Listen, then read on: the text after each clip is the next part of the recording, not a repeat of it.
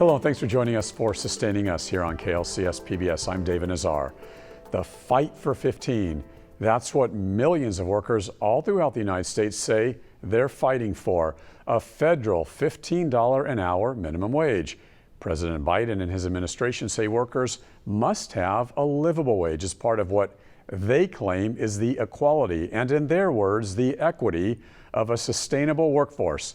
Democrats in Congress, workers' rights groups, labor organizations all throughout California and the U.S., well, they've been fighting for workers, insisting a $15 an hour minimum wage is vital to survive. However, many congressional Republicans and many business owners in the Golden State, and really all throughout our nation, who are already devastated from COVID, they insist a federal $15 minimum wage is going to put them out of business for good.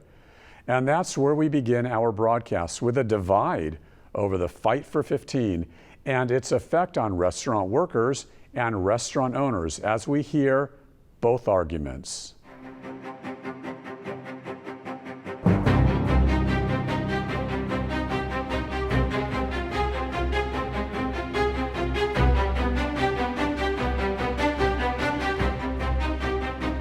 My name is Lenny Rosenberg. I'm the Michael Jordan of the restaurant industry. Los Angeles restaurant owner Lenny Rosenberg has made a name for himself in the restaurant world, here in California and throughout the U.S. That's because Lenny is not reluctant about letting the world know he is the GOAT of the restaurant business. And he let us know that all throughout this interview. I'm the Michael Jordan of the restaurant industry. I've been dubbed this because of a 30-year history across the country in rebranding good restaurants and making them great. For the record, Lenny Rosenberg is the self-proclaimed GOAT. He dubbed himself. Lenny owns Marmalade Cafe in affluent Santa Monica, California, and Lenny is in the process of purchasing another restaurant also here in Santa Monica. He has had great success in this tough and competitive industry over the last 30 years, either owning or purchasing and flipping dozens of restaurants. Prior to Lenny taking over Marmalade Cafe a few years ago, he was the owner and operator of Junior's Deli, the iconic West Los Angeles Jewish deli known all throughout the Southland for decades. Naturally, when Lenny bought this business back in 2012, he changed the name to Lenny's Deli. We first met Lenny at the deli several years ago. That's because while every restaurant owner was running from the news camera back then, so not to seem heartless and cheap, when asked about their opposition to a $15 minimum wage increase that Los Angeles was implementing, Lenny was running to the camera with his megaphone and his message. Shockingly, Lenny promised he was going to fire every employee if he had to save his business from the new LA $15 minimum wage that he insisted was going to put him and hundreds of other restaurant owners out of business.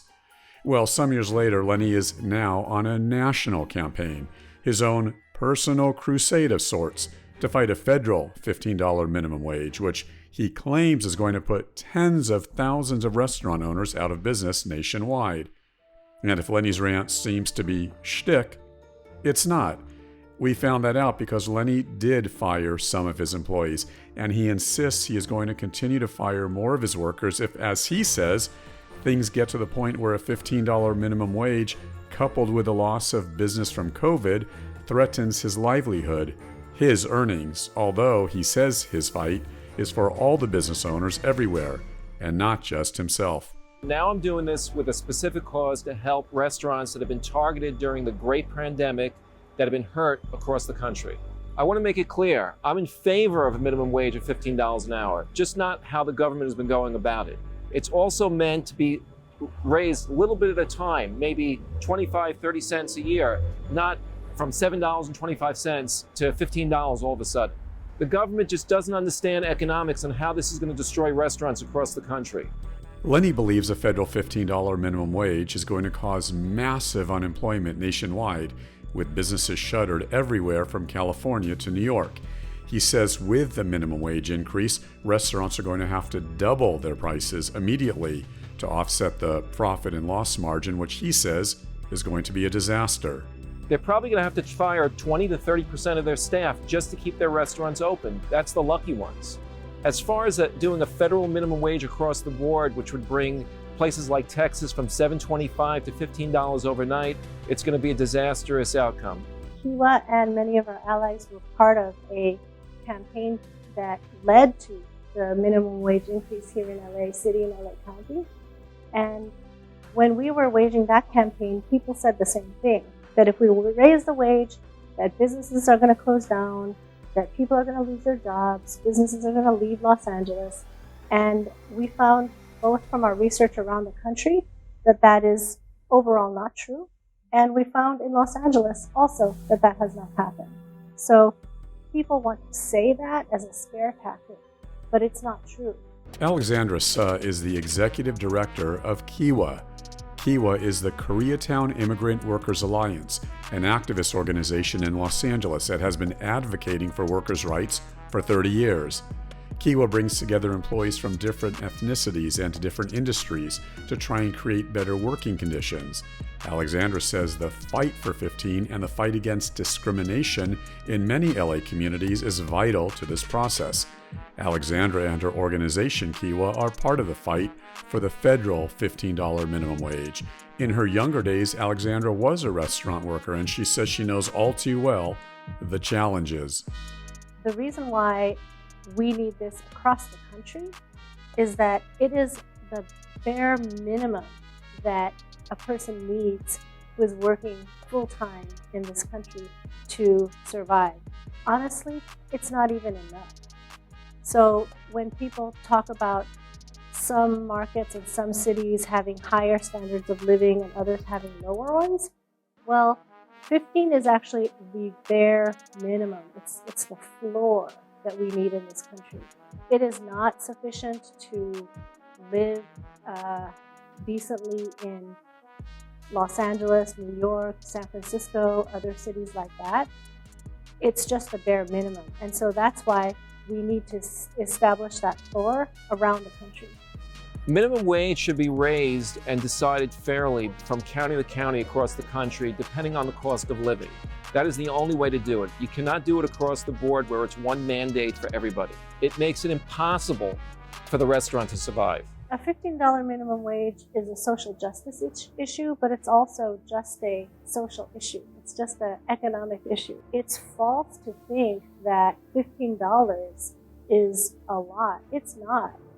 People are telling us it's too much, but it really isn't. People are struggling. People are suffering. People are getting kicked out of their homes because they can't pay their rent. People are falling into massive credit card debt because they can't pay for their basic necessities. And by setting a $15 minimum wage, that is literally the floor. That's literally the least we can do. We need to set that standard and then take it higher in those states and cities where it needs to be higher. Lenny says the fair standard that Alexandra Suh talks about is never going to happen in the U.S. until Congress stops fighting over the wage and making this a political battle. It's so politicized because of the fact that the Democrats want to help the employee. The Republicans want to help the businessman. The problem with politics today is that no one wants to meet everybody in the middle. If you met everybody in the middle, you'd have an equilibrium between the worker and the owner. Without that, you have nothing. Politicians have no idea how to run a municipality, yet alone a business, yet alone retail. They've never been in retail. They don't understand it. They're like landlords. They have no clue on what the working class person goes through to run the economy. The people who criticize a $15 minimum wage do not make $15. Anyone who makes that wage knows that it's not enough. And I would invite anyone who is questioning whether we need a $15 minimum wage to sit down with a pen and paper and do their own budget.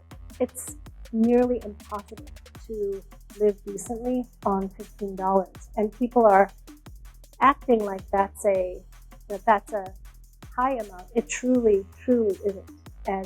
As everyone who makes that amount or less knows. If a business cannot pay its employees enough to survive and thrive, then it should not be in business.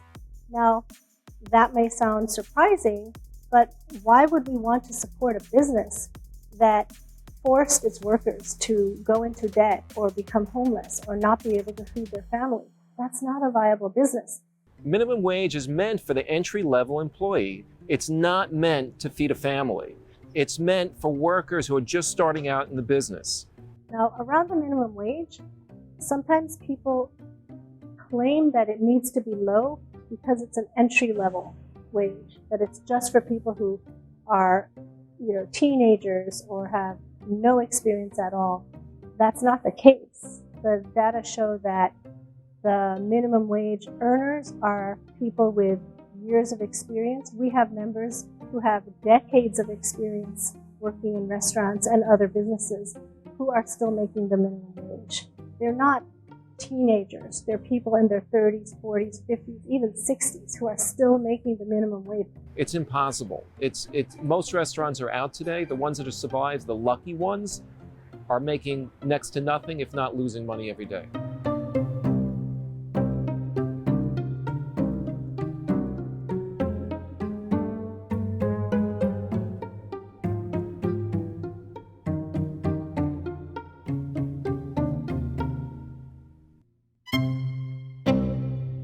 And joining me now to discuss this further is Ron Herrera with the Los Angeles County Federation of Labor, AFL-CIO. Ron is president of the Federation, which has over 300 affiliated union and labor organizations representing more than 800,000 workers. They've been fighting for the rights of working people and their communities for decades. And also joining me is Rick Reef. Rick is a Pulitzer Prize-winning journalist. He's been with the Orange County Business Journal for over 30 years as an editor, columnist, and now editor-at-large, reporting on businesses and politics of all sorts. He was also a former host of several news and public affairs programs on PBS. Thank you both so much for being here. Thank you. Okay, Thank Ron, you. let's begin with you. Explain for our viewers about your organization, the Federation of Labor, who you're fighting for, what you're fighting for, and then we're going to get to the discussion. Thanks. Go ahead. We're a 300 affiliate federation. We have about 800,000 union members in the county of Los Angeles, and we fight for workers. We, the one of the union mottos is wages, benefits, working conditions, and we try to get what is actually fair. But if I had to explain it in one word, fairness. Ron, you heard Lenny Rosenberg in my field report. He's insisting a federal $15 minimum wage. He says, look, it's going to kill business. He's already fired many of his employees over the minimum wage increase. I know I was there when he fired some of the employees, and he says he's going to fire even more workers to save his business if he has to. Is Lenny right or wrong with, I guess you could say it's his personal crusade on behalf of restaurant owners because he's so vehement about opposing this mandated minimum wage increase, and especially when, as he says, COVID is already decimating restaurants and businesses? Those are blanketed statements that someone like myself, who has negotiated contracts for decades against major corporations, small companies, we hear that all the time. Union negotiators aren't here to, hurt companies. We're out to negotiate what's fair for workers. That's our number one goal. But those are blanketed statements that, I'm pretty familiar with. I think that, individually we have to look at things and individualize them. You just can't blanket a statement and say, because the federal minimum wage goes up, it's going to, cause bankruptcies and companies are going to go out of business. Rick, to you now, and I am going to say you are nothing like Lenny Rosenberg. There were thousands of critics of Lenny on YouTube after we did some other minimum wage reports, and they're saying he's the most annoying, the most arrogant person ever. He's dubbed himself the Michael Jordan how many times in the report at the beginning of this broadcast. However, with that said, I'm guessing you do agree with Lenny that a federally mandated $15 minimum wage increase, not good, right? It's not good. The government should not be doing this. Rick, is that correct? And if so, who should decide wages and prices? Well, partially correct. I do think the government has a role to set a floor. In other words, you have to have, in my opinion, a minimum wage to avoid exploitation, slave labor, sweatshops, that sort of thing. So I think most people would agree with that. But we're talking about more than doubling the federal minimum wage. And, Ron talked about negotiations, and that's true. Everybody blows smoke, and employers are going to take a stance. But that's the beauty of having a union and negotiating, is that you sit down and rhetoric aside, both sides finally settle on reality. When you put it in the political sphere like this, unfortunately, I think it's much more that the rhetoric can take over and decisions can be made which are really bad decisions. And I think raising the minimum wage, especially this drastically, minimum wages periodically get bumped up, but this is more than a doubling. And, let me just cite the Congressional Budget Office, the CBO. That is a nonpartisan arm of the federal government. It's respected by economists and politicians all across the spectrum. And based on their best guess, more people will lose their jobs when if you raise the federal minimum wage to 15 than will be lifted out of poverty. Their estimate is like 1.4 million will lose in lost jobs. About 900,000 people will be lifted out of poverty. And you say, well, how can that be? All these people are going to get raises. And that's true. There's going to be a lot of people getting raises. But a lot of those minimum wage jobs don't go to the working poor. They're spouses with second incomes, or having a second income to supplement the family budget. It's people working second jobs. It's college kids off for the summer. And so some of that raise goes to those people. And so you will have people that benefit, but the losers, the 900,000 estimated lost jobs, are the very people you're trying to help for the most part. The unskilled, the people with low education, they're looking to gain a skill, get into the job market, and then they move up. Most people don't stay in those low-paying jobs. They move up. That's the beauty of this system. And eventually, a lot of them become members of one of Ron's unions, and they get really good money then. Anyway, that's why I think mandating a federal minimum wage, more than doubling it, is a terrible idea. So, Rick, what do you say to all the folks like Ron Herrera who insists these workers must have a livable wage? They say it's as simple as that. And you know what? That is where the social programs of society come in. All right. And the job, the low-paying jobs are not the vehicle. In a way, we shouldn't think that the minimum wage is going to be able to support a family. I think, roughly speaking, if I'm right now at where the minimum wage is $7.25, I think it works out to $15,000 a year. That's just about at the poverty line. Okay, so one person, yeah, they can probably support themselves on that. You can't support a family on that. And then you get kids, you have kids, spouses and stuff. And so they're not there for that. They're training jobs, they're stepping stones. And if for those people that can't step up higher, we have other things.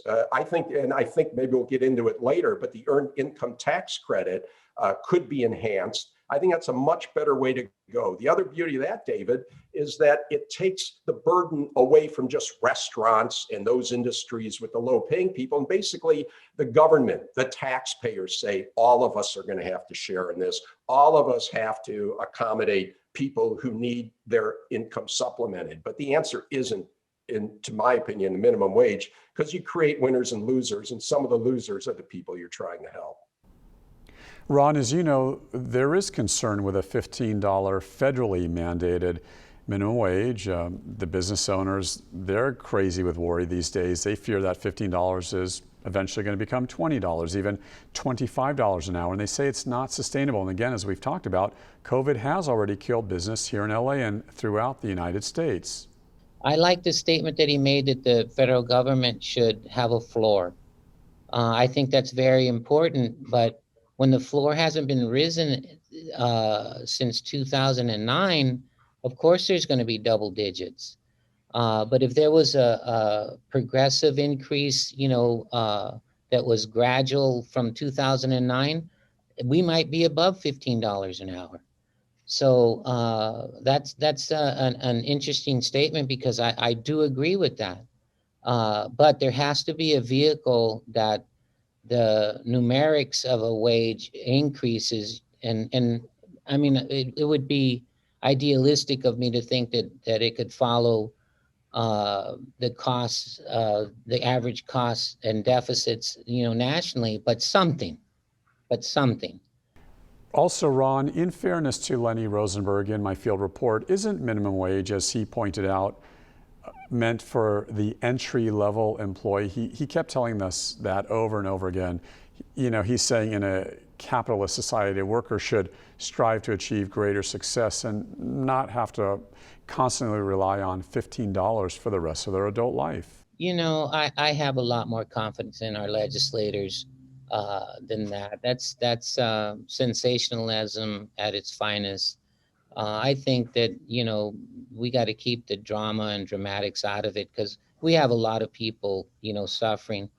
With all due respect to Rick, he mentioned subsidies, but, subsidies come from taxation, and we're critical of raising taxes to create these subsidies. But if we're looking in through the lens of, let's say, a smaller employer, but what about those employers that are a lot larger than that are taking advantage of this? And I just feel, just to get it out there, that progressive increases to the floor is vital, because it keeps things real, and it as costs go up. Look, we can I'll give you an example. If somebody was selling opened a restaurant and he was selling a hamburger, did that hamburger go up in price from 2009? I'm sure products did. What he's paying for whatever it takes for a restaurant to be run, and labor has to be respected as such, and wages have to be respected, because all we're talking about, we don't want to be a society of poverty. Well, Ron, let me ask you, doesn't the earned income tax credit, can't that do the same thing? And isn't that even more targeted? The beauty of the earned income tax credit, as you know, that's an offset. The earned income tax credit is an offset on your taxes. So if you're working poor and you owe taxes, your tax can come down. You can even get a rebate. You get a check from the government if you don't pay any taxes, and you still haven't hit the certain income level. It's done by filers, so it's the whole family, so it takes into account what everybody earns. And it just seems to me a much more targeted way and a fairer way to do it. And yes, you bring up a good point. Then the taxpayer foots the bill. But the way it is now, businesses foot the bill. They wind up cutting jobs. Consumers pay more. Why not do it in a way that I think is really fair? In something like that, the earned income tax credit, there's other proposals, but they're all based on that sort of an income test sort of deal. Why isn't that better than the minimum wage? I think my answer to the subsidy, it falls back in line with that. We're relying back on the federal government for aid to companies, to restaurants, to businesses. And I don't think that should be, our escape path to this. And, a worker, look, someone goes to work, they're not me and you, right?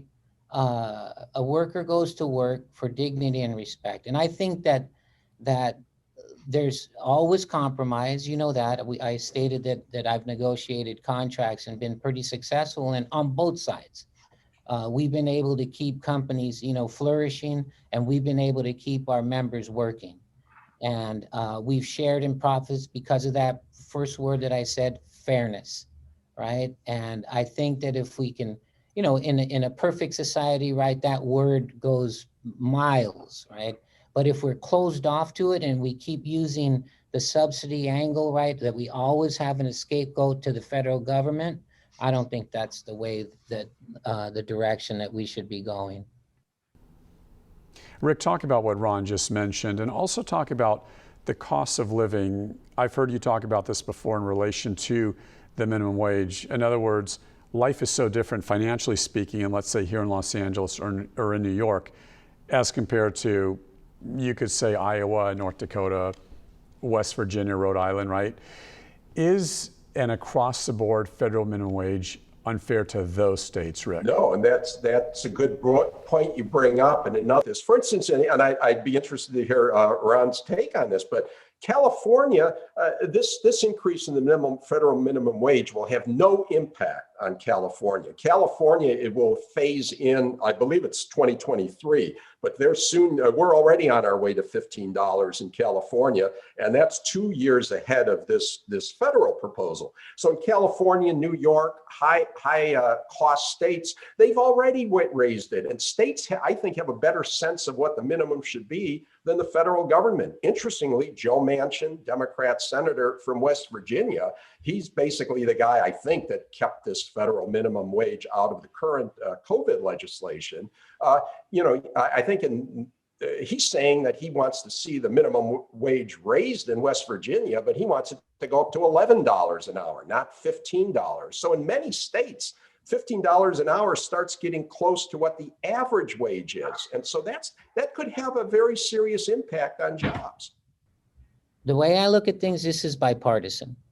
This isn't a party issue because both parties have affiliated workers that are getting the federal minimum wage. But, I look at it like $7.25 in 2009. That's approximately $290 a week, right? $15,080 a year. That has to be looked at. I mean, I don't care what state you're in, that would not sustain a family. And that's what we're talking about, is sustaining, a family, no matter if they're from Montana or they're from Illinois. I think it's something that we really, really have to look at and create that floor. I agree with Rick. We create a floor and then see what the states do from that point. Thank you both so much, Ron Herrera and Rick Reef, for a great discussion. Really appreciate it. Thank you. Thank you, Ron. Thank you, Rick, very much. And now for more information about our program, just click on klcs.org and then click Contact Us to send us your questions or your comments, even your story ideas, so we can hear from you, and I am going to get back with you. And be sure to catch our program here on PBS or catch us on the PBS mobile app for all things sustainable. Thank you all so much for joining us for this edition of Sustaining Us here on KLCS PBS. I'm David Nazar.